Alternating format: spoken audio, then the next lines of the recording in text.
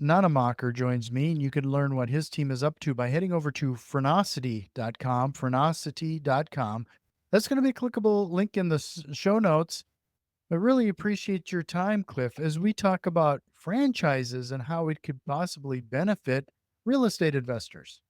Thank you for having me on the show. Well, we got to start things off. I appreciate you coming on because I like to explore other avenues of investment because it seems like every time I do, we cross pollinate and I learn something new that we can apply directly. Mhm. But I'd like to spend a little time in how did you find your way into selling franchises? I was an investment banker and I was managing money for high net worth individuals with a group. And I got involved, making a long story short, I got involved in learning about an Australian company that reverse engineered printer consumables. So they reverse engineered the secret handshake chip, which identifies itself as an OEM, and they reverse engineered the ink, the toner, the anticoagulation agents, anti-corrosive agents, everything. I purchased the rights to this Australian company for the entire state of New York and Connecticut and started to scale brick and mortar printer cartridgery manufacturing and refilling locations. So we had 36 locations in total and then sold it and moved to Florida and continued my entrepreneurial journey. So I've been self-employed my whole life, but it was independent. I didn't get involved in franchising, which was your question, until 2003, and then have scaled. I've had over a dozen opportunities. I'd say half of them are franchises. Well, that's kind of interesting that you got into ink because that was likely a pretty popular thing with it seems like that's kind of gone away of the dodo bird to a certain extent. I don't print a lot of things off myself anymore. But do you, on the flip side, do you seeing any particular trends in the franchise world that people should maybe pay attention to? There's a lot of trends in franchising for sure. The ink comment, I agree with you. There was a time, right, where if you extrapolated a black inkjet cartridge or a color inkjet cartridge, if you extrapolated it, you were paying between two and $5,000 a gallon for basically water and some inks and again these anticoagulation agents and stuff. It was more expensive than Chanel number 5. It was more expensive than any liquid, really. The issue that was created in that business were the number of like kind cartridges. So they're using the same cartridges in each model. And the way the industry hedged the refilling industry is they constantly changed the cartridge, the shape, little notches, little cutouts, just to really choke off, if you will, the recycling market so that people couldn't get their hands on several thousand or even millions of, let's say, HP 56 black, right? Just an HP 56 black. It was a license to print money, just that one cartridge many years ago. Now they're just constantly changing, and they've done a great job of hurting the recycling industry and just creating more waste and more landfill. But they protected their business, which is razor blade model, right? They give you the printer for free, they lose money on it, and then they make all of their money literally on the ink and toner and consumables.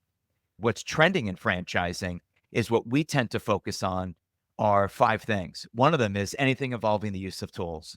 We have really shit all over, let's say, plumbers, electrical, anyone who wanted to go to quote trade school for the last probably 20 years. We told everyone to go to college, get a degree they couldn't monetize. And now we have no one to help our infrastructure. We have no one to help us wire a house. And you're in real estate, you know this. There is a shortage. They don't answer their phone because they don't have to. They're so super busy. These guys are, burning the candle at both ends. We have a gap of professional tradespeople in our system. So I love personally, and I'm seeing what's trending, anything involving the use of a tool in your hand, feet on the street, you're going to win. I think you have a 10, 20-year runway before you're disrupted by AI or, Amazon Temu type things. Next would be the humanization of pets and animals. We went from strapping them to a tree to now sleeping in the master bedroom bed, right? I mean, Mhm. crazy movement when it comes to pets and animals. We're not repopulating, and no one really can afford to live alone or to live as a married couple. So now they're just having more dogs. instead of having children. We have some of the lowest birth rates in the history of this country, but we have plenty of money and plenty of resources for animals. Thirdly, would be the aging of America. We call it the silver tsunami, right? It's a massive wave of the aging baby boomers hitting the market, and they need resources and they need help, from mobility to care to long term care to assisted living to non medical emergency transportation. You name it, they need it. And then if you think about, with that aging comes your next category, which is anti aging, biohacking, wanting to feel beautiful, wanting to feel sexy, wanting to feel healthy, wanting to feel energized, whether it's peptides or NACs, or whether it's testosterone therapy or just hormone therapy. This is a huge movement in franchising right now to address the aging population. And then lastly, I firmly believe that public schools have failed miserably. They get an F across the nation as it relates to educating our children. And you're seeing franchises backfilling all the voids that were created in public schools, like art, like sports, anything child enrichment, like science, technology, engineering, math, architecture, coding, robotics. Parents want it. The schools killed it, right? Anything that makes a human being a better, more productive human being seems to have been annihilated and removed from public schools. I think they get an F and they need to get their act together. And while they don't, the franchisors are backfilling it. So huge opportunities, all AI resilient and all really internet resilient. And that's why I like them, because they're tried and true. They have proven to weather economic cycles, going back to the housing crisis, going through multiple recessions, going through COVID, and coming out the other side clean. That's where I like to put my clients. No, and I appreciate you going through that. When it comes to real estate investing, there are a couple franchises, aren't there, Oh, regarding like yeah. buying houses and that too?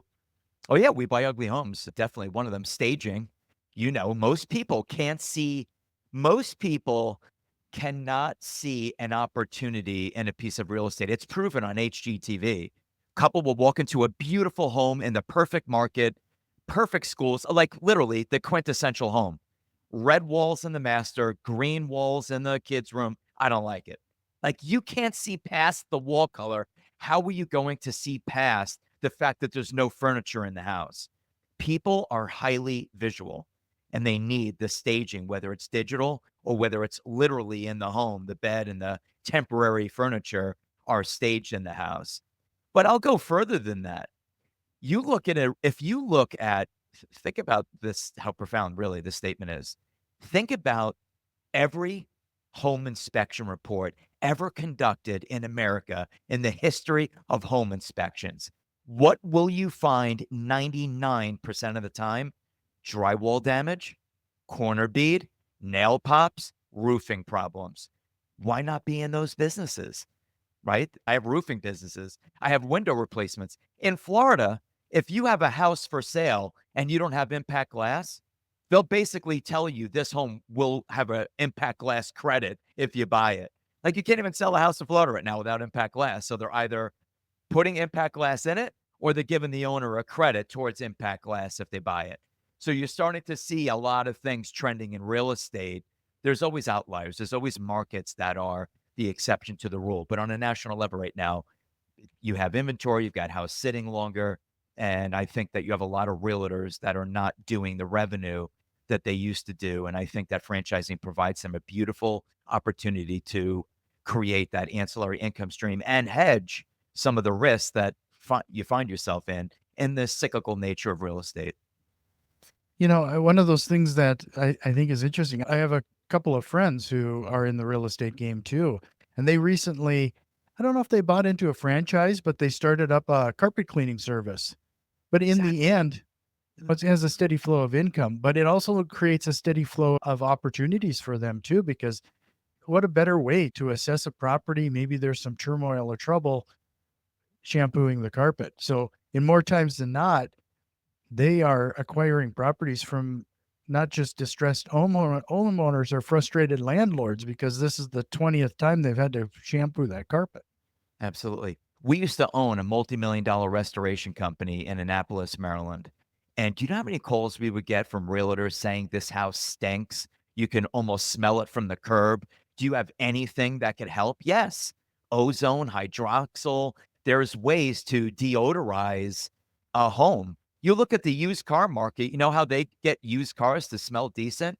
They throw an ozone machine in there or a hydroxyl machine in there and deodorize it. Not masking, literally deodorize. So there's so many, whether it's pet, I my partner and I, Justin, we invest in real estate. And yeah, sometimes we buy real estate that was owned by a smoker or a dog resided in the house and it's deep in the pad. It's deep in the subfloor. Mhm. You can't get that out that easily. There's technologies that could help between a good carpet clean and running an ozone machine in the house. You could get that house smelling like a spring day, believe me. And I've done it. Every time I turn a unit, I throw my ozone machine in there and disinfect the prior tenants. It works. So yes, there's opportunities in restoration. Restoration handles water, fire, mold, and biohazard. How many homes do you find mold in? Right? I mean, it's crazy, like constantly in basements, especially areas like that. You have to come in and remediate that situation. So there's so many investment opportunities. When you're a realtor, if you think about being a realtor, being a real estate investor, like you're really there's so many spokes you could put on that hub. Like, what do you want to do today? I'm going to buy a pool cleaning business. Great. I'm going to buy a home inspection company. No, you know what? I'm just going to do straight up pressure cleaning. Better yet, I think as a real estate investor, I'm just going to buy straight up junk removal. How easy is that? Buy a truck, get a trailer, haul garbage, give this home a little better curb appeal. Jack, do you know that we just brought a brand on out of Ohio? The brand's core competency is this. We help realtors sell houses faster and at a premium. So a house is sitting on the market for, let's say, 200 days. And let's just use 200 and 500 grand. 200 days, 500 grand. This franchise comes in. They'll sell the house in less than 60 days for 550. How do they do it? Basic junk removal, basic landscaping, basic painting, basic carpeting, like the basics. Not a huge ticket. Tickets under 10K. Get the curb appeal right, get the landscaping right, get the paint right, neutral colors, not the greens and the bright reds in the master. Best part, average revenue 1.8 million, zero employees, 100% subcontracted. That's an opportunity that a realtor should be looking into, in my opinion. And that's why I wanted to come on the show is to say, hey, I think we have things that really could add value to the audience and to your listeners and to people in the real estate market. Yeah, no, this is really interesting. You know, before we jump in, because what I'm going to ask you next is actually going to be some pretty elementary stuff, but I think we should cover it. Like when we talk about franchise, this is kind of a new concept for some people. Exactly what is involved there, what's included in that, and what would they expect if they thought about looking at a franchise?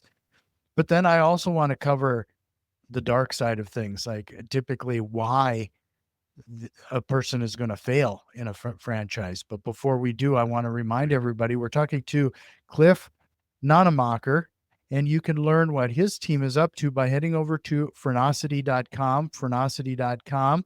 That's going to be a clickable link in the show notes. If you found some value in what we're talking about so far, do us a quick favor, share this with one of your investor friends. Well, Cliff, let's start things off with that. Okay. Regarding a franchise, everybody hears what a franchise is, and I think we have kind of a vague understanding of kind of what it means. But Mhm. could you kind of just break it down for us in the simplest terms? Yeah. So, I mean, franchising is a methodology, right? So, someone could just go out and say, I created a brand and I'm going to scale it throughout the United States. Chipotle. Chipotle is a great example. We don't need franchisees. We're corporate owned. We're going to open up hundreds of these locations and we're going to staff and we're going to manage them and add shareholder value. Perfect. Then there's Subway. Subway says, we don't want to own any of these locations. We have a great idea. We have proof of concept. We want to franchise the concept and scale faster, i.e., 30 plus thousand locations by using other people's money, other people's management. So it's a methodology of growth. Let's start there. Next would be, and I think this is a huge myth to bust on the show. When you think about franchising, most people immediately say, I don't want to paint houses. I don't want to drive a truck and I don't want to groom dogs and I don't want to own a fast food company. Good. You will not be expected to execute the actual work. Your responsibility is to execute the business model. It's not to stand behind the counter and tape up boxes at the UPS store, right? We want you to hire people to do those things. Said differently, franchisees need to work on the business, not in the business. When you're working in it, you're just a $10 an hour employee. When you're working on it, now you're showing your C-suite leadership and you're dealing with online reputation management, hiring and firing and customer service, marketing and advertising, acquiring new customers. You can't do that taping a box for an Amazon return, right? You just can't do it. So that should be refreshing for anyone listening because it's like, oh, I thought I had to buy a franchise and I was the one doing it. We call that chuck in a truck. That's okay if you want to do that.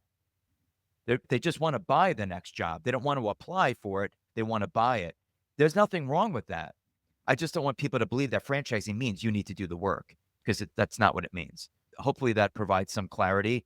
I probably get a phone call every day from a hairstylist that would say, hey, I want to buy a Supercuts, a Great Clips, a Sport Clips. And I have to tell that person that you're basically disqualified.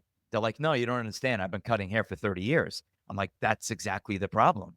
You actually like standing on your feet, cutting people's hair for 30 years. That's not how you run a business. That's how you cut hair. That's a hairstylist. That's not an entrepreneur. So the brands like the Supercuts, the Sport Clips, etc., they want business people that never want to hold scissors in their hand. So that is an actual real analogy of what I'm talking about. The dark side is when someone purchases a franchise and doesn't want to follow the model. That is typically the dark side of franchising. Most of the brands that I've riffed on this call today are non-brick and mortar brands. You don't have any real estate risk. You don't have PG risk, right? Personal guarantee risk. You didn't do a deal with a landlord. You didn't spend 150 grand in construction in a inline space next to a grocery store somewhere in America. You didn't do any of that. Everything I spoke about today so far has been non-brick and mortar, very low investment, what I refer to as asymmetrical. Low investment, fast break even, high margin, unskilled labor, very few employees, and highly scalable, which is critical. And again, businesses that don't rely on the day-to-day involvement of the owner. They rely on the day-to-day involvement of employees that you've hired.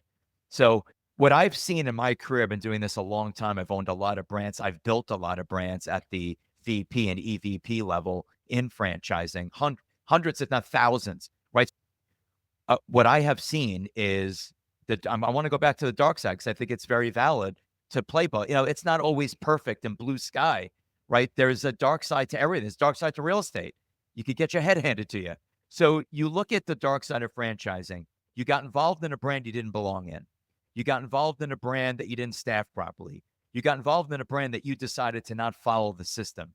You got involved in a brand with an inadequate amount of operating capital. Your long way was really short. You just don't have the capital to get through the break even. That's what I have seen in my career when franchises fail. It's usually those things, not following the system, and you're just not properly capitalized to get through the hump, to get to the break even, to begin scaling the business. And I have seen so many people fail right before the finish line. Like Jack, the finish line's right there. I could see it. And they fail. They run out of runway. They run out of gas. Sad. It breaks my heart because Y- you see these You people know, investing a lot of money. but this is really interesting because long time listeners probably remember I brought this type of thing up when it comes to education in the real estate investing world because I almost see it as a form of franchising. You're buying education, but more times than not, we invest in this training. But I find it crazy that you spend all this time and money, but then you don't actually implement what's handed to you. I almost see it as like a musician, right? You start things off, you learn your scales, you learn those specific songs, but you're not playing jazz until you have a core understanding of music theory and how this actually works. Right. It's the same thing when it comes to any kind of business. Why wouldn't you? It's been proven time and time again. Why wouldn't you just implement and stay out of its way, at least at first, so you know what's going on? So true.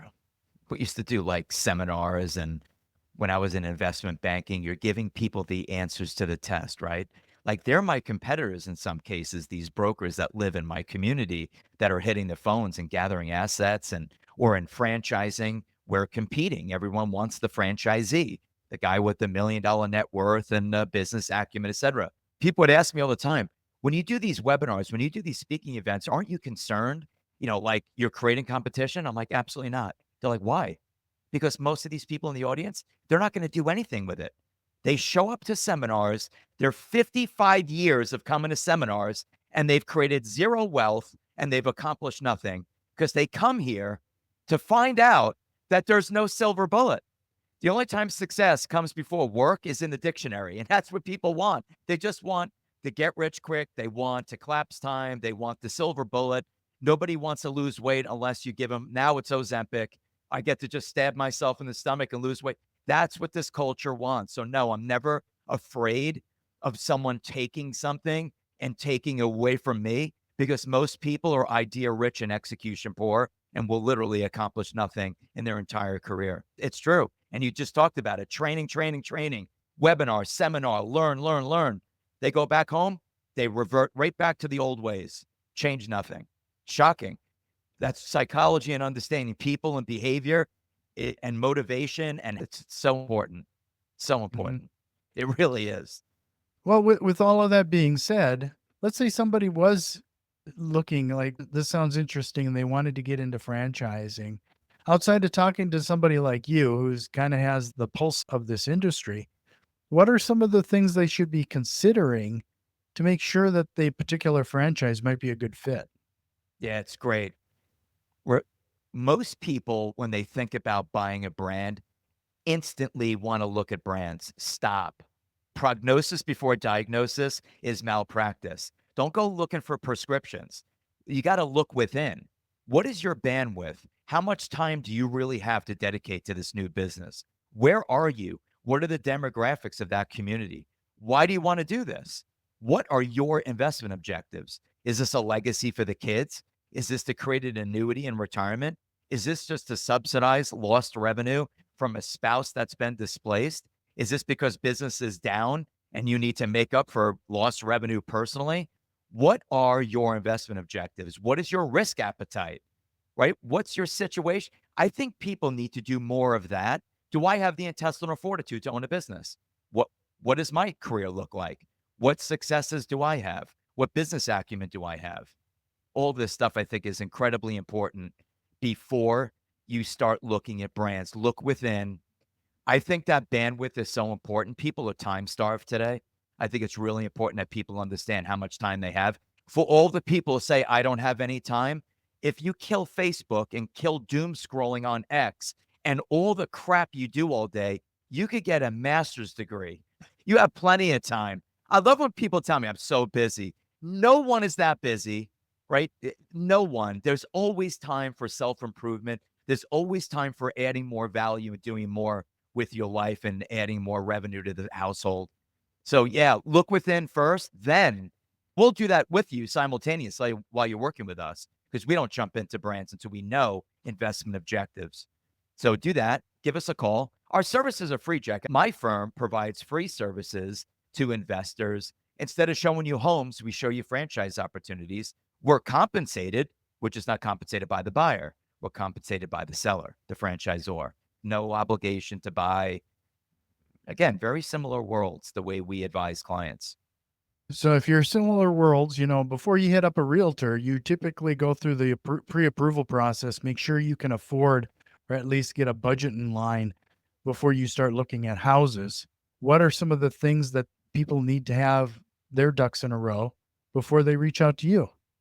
If people are going to get involved in franchising, they need to be comfortable right out of the gate investing a minimum of 100,000 of their own cash, non-borrowed money, their liquidity. Right? People always say to me, "Yeah, I got it," and then they're always borrowing it. It's like, no, you have to have it.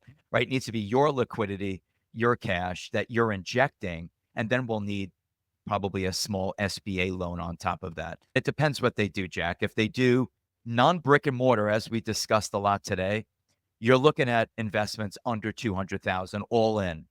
If you're looking at brick and mortar, like the hair cutting brands and the UPS stores that I've mentioned on the call, you're going to start your investment at probably 350 starting. And of course, all those numbers are jacked up post COVID, as the listeners are very well aware of what happened to everything post COVID. Some of these brands were 200 grand pre COVID. Today they're starting at 300. So I think that gives your audience an idea. You can't buy a franchise 100% debt. No, you can buy a franchise 70% debt. The underwriting requirements are 30/70.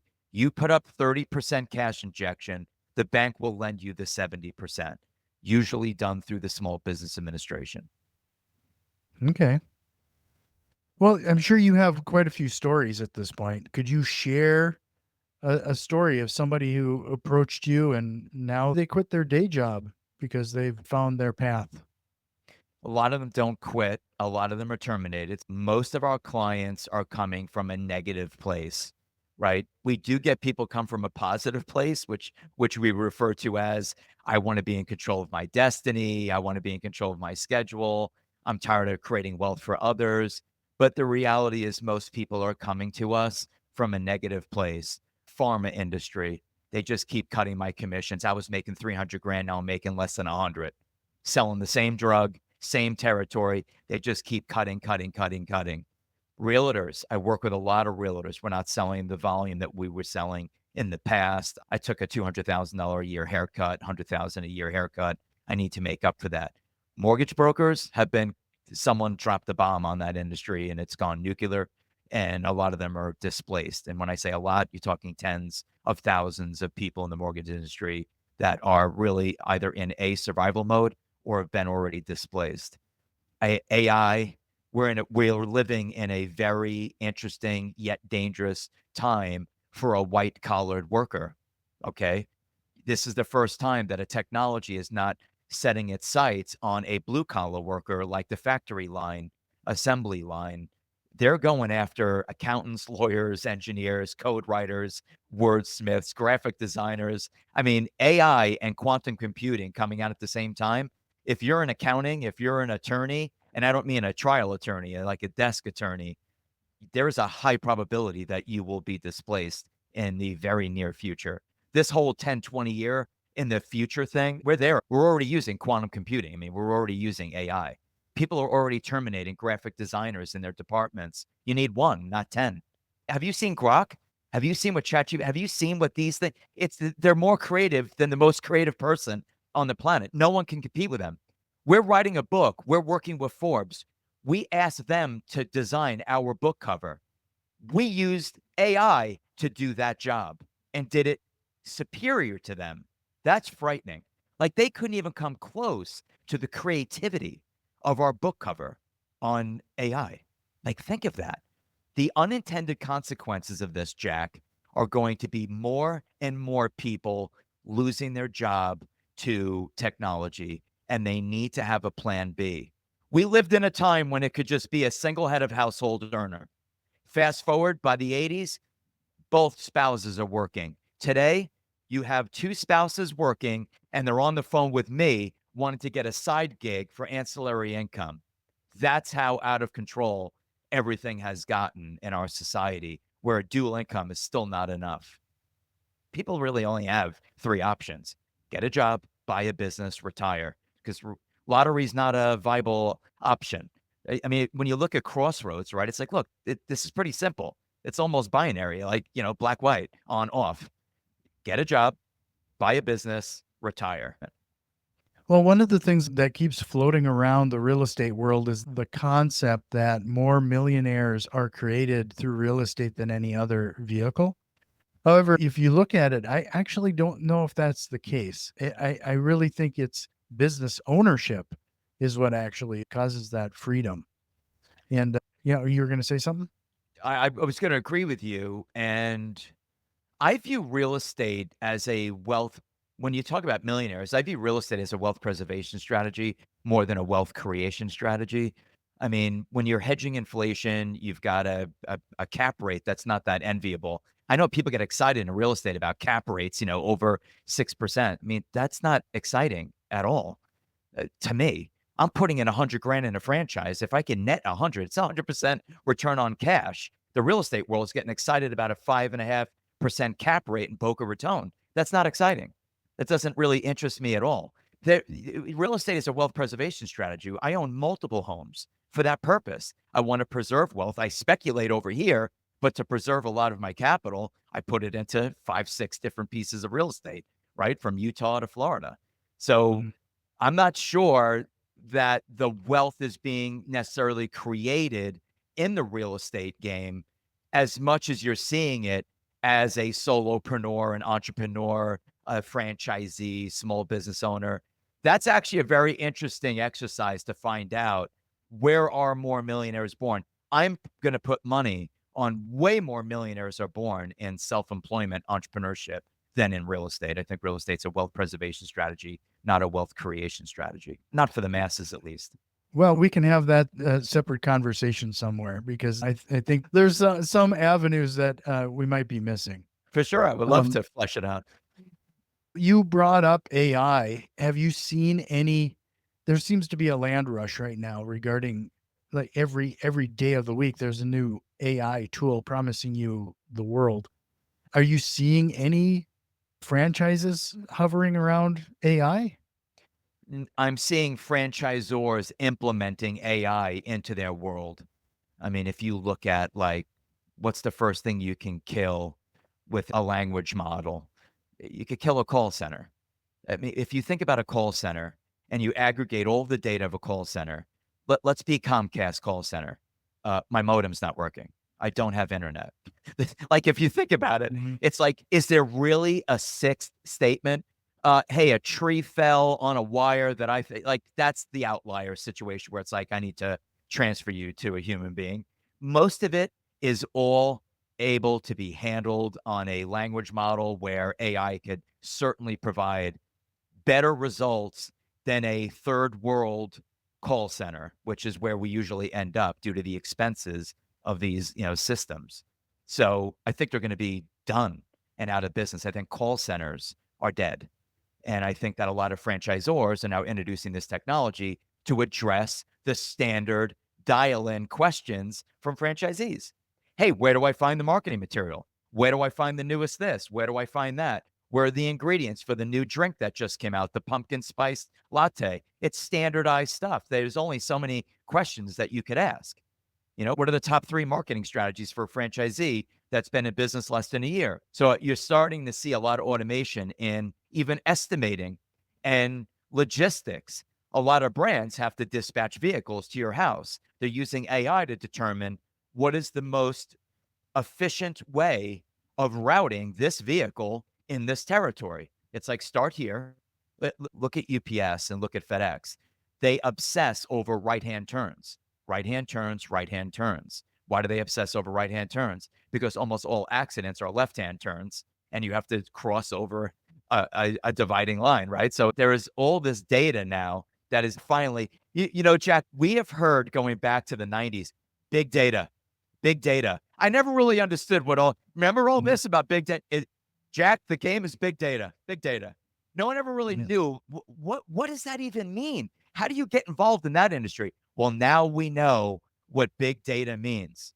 You think Elon emailing, millions of employees to ask them what the top 5 things they did last week, you think that was just to find out who's working? It's also a data aggregation strategy to find out all the overlap, all of the things are all duplication. You don't need this many people doing the same thing, right? Mhm. Look at the post office.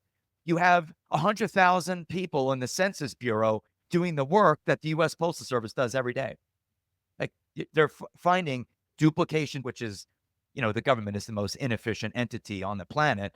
And now they're trying to make it efficient. So Mhm.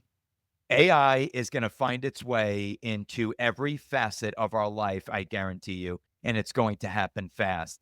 As Ray Dalio said, it is going to happen just like that. It's not going to be like, yeah, I saw it happening over time. No, you are going to wake up tomorrow and you're going to have a robot in your living room making you a cup of coffee in the morning. That's where we're headed. Home inspections will be done by robots. AI is going to own everything. It's crazy what's about to happen. And I'm 52. It's happening. Yeah. We're roughly the same age, and it's crazy the advancements you and I have seen just in our lifetime.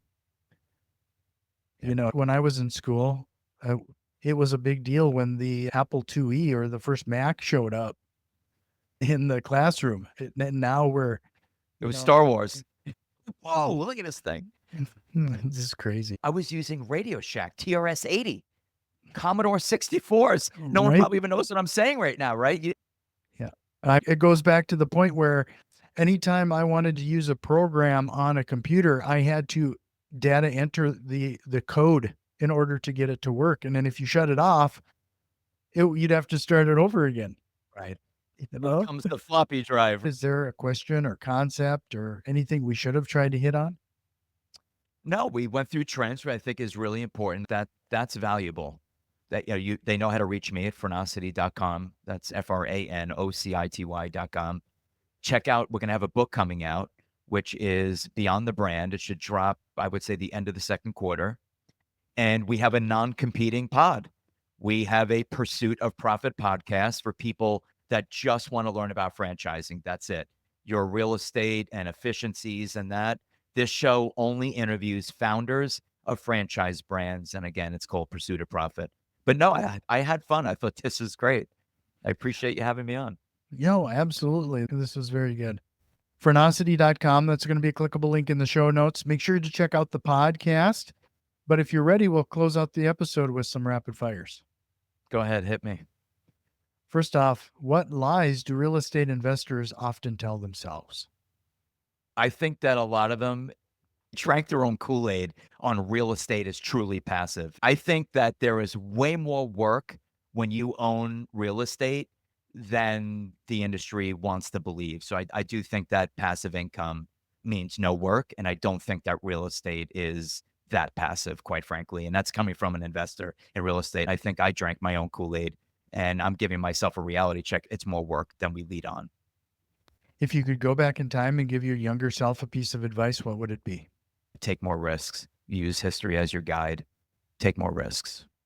Do you have a book recommendation? Atomic Habits, James Clear, phenomenal book.